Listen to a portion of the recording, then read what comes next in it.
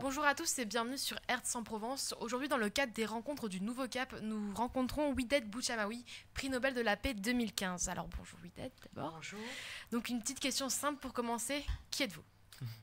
Je suis une femme tunisienne, chef d'entreprise, et j'ai présidé le patronat tunisien pendant 6 ans et demi. Et voilà, j'ai quitté le patronat en janvier 2018.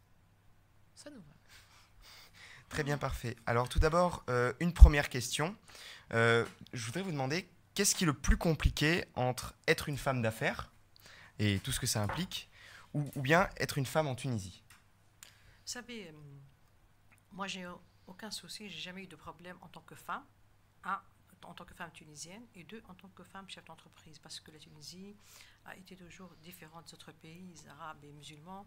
On a eu notre code du statut personnel en 1956 et qui garantissait tous les droits à la femme. Donc, je suis née après 1956, bien sûr, et j'ai jamais eu un souci quelconque. Donc, être femme tunisienne, je suis très fière parce que nous avons tous les acquis. On peut voyager, on peut travailler, on peut divorcer, on peut ouvrir un compte bancaire, on peut tout, absolument tout faire, avec un diplôme équivalent, on peut avoir le même salaire qu'un homme.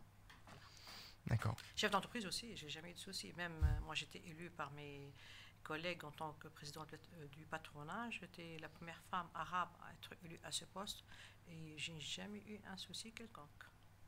Très bien. Eh bien, j'aurais une seconde question. La révolution de Jasmin, c'était il y a 7 ans déjà. Et est-ce qu'il est trop tôt pour prétendre que la Tunisie est le pays qui s'en est le mieux sorti? Sur le plan démocratique, on peut l'affirmer. C'est vrai, la Tunisie, aujourd'hui, c'est un pays démocratique. Nous avons eu des élections, plusieurs élections législatives, présidentielles, municipales.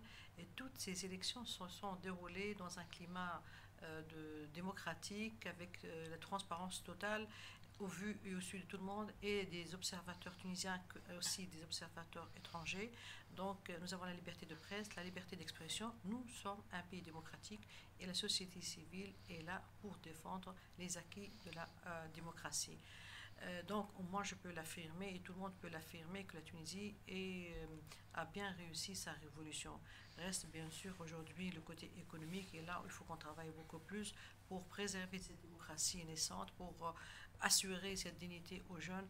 Il faut vraiment s'occuper beaucoup plus de l'économie et surtout donner de l'importance au côté économique, tout en ne pas oublier aussi que nous souffrons, moi je parle du point de vue économique et sécuritaire, de la situation en Libye.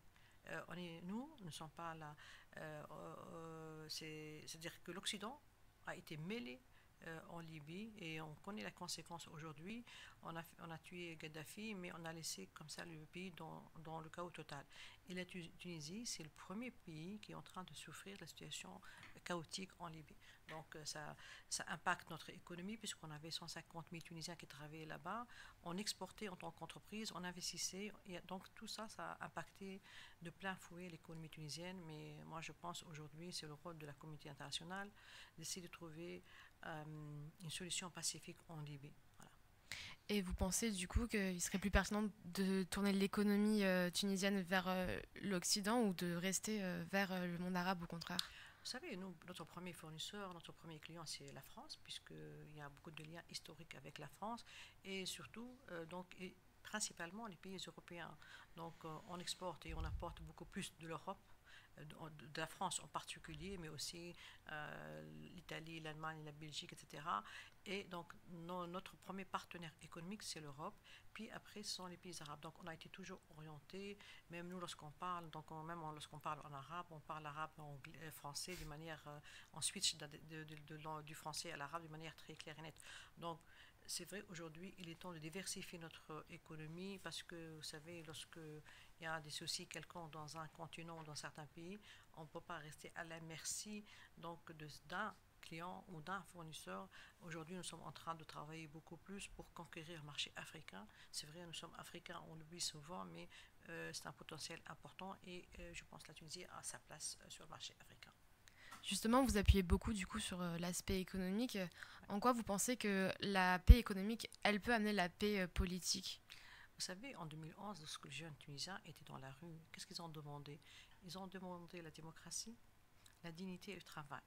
On ne peut pas avoir la dignité sans avoir un travail. Donc pour moi, je pense pour avoir une paix, pour avoir la démocratie, pour avoir la sécurité, on a besoin d'avoir une économie, on a besoin d'avoir du travail, on a besoin d'avoir des investissements. Donc ça impacte d'une manière très directe. On ne peut pas donner de la démocratie à quelqu'un qui est pauvre, uniquement. Donc il a besoin aussi d'avoir cette dignité. Cette dignité, c'est par l'emploi. Donc c'est pour ça, moi j'insiste, pour réussir la transition démocratique et politique en Tunisie, on a besoin de se focaliser beaucoup plus sur l'économie et vraiment de travailler en étroite collaboration et avec les entreprises privées tunisiennes qu'avec les partenaires étrangers pour assurer une certaine croissance en Tunisie, pour assurer des investissements en Tunisie, et comme ça on réduira le taux de chômage et on réduira aussi la frustration des jeunes qui sont à la recherche d'emploi. Justement, j'aimerais terminer du coup sur ce qu'un de vos anciens membres de votre gouvernement de l'UTICA a dit lors de votre départ du coup de la formation. C'était que le plus important en fait était que la Tunisie poursuive sa marche indépendamment des noms. Est-ce que vous pensez que la Tunisie a des bases assez solides pour marcher maintenant sans des grands noms et bien seulement sûr. Sur son fonctionnement? Mais bien sûr. Oui. Moi, vous savez, d'après le statut de l'UTICA, je pourrais aspirer à notre mandat. Moi, je l'ai d'une manière très simple, d'une manière personnelle. J'ai préféré ne pas me représenter parce que j'ai voulu instaurer cette démocratie naissante en Tunisie, qu'il faut vraiment qu'il y ait toujours de nouvelles personnes. On ne peut pas rester à vie ou bien pour plusieurs mandats à un poste quelconque. Donc pour moi, l'UTICA avec moi au sommet, elle marchera parce qu'il y a une institution qui a une longue histoire, 71 ans d'histoire, et puis il faut que les personnes travaillent pour leur pays, pour leur organisation, pas pour soi-même. Moi, je reste toujours chef d'entreprise, donc même si je suis sortie de l'UTICA, je dirige donc le groupe familial. Je suis dedans et je suis toujours en contact avec mes amis qui sont aujourd'hui au patronat aussi. D'accord, merci.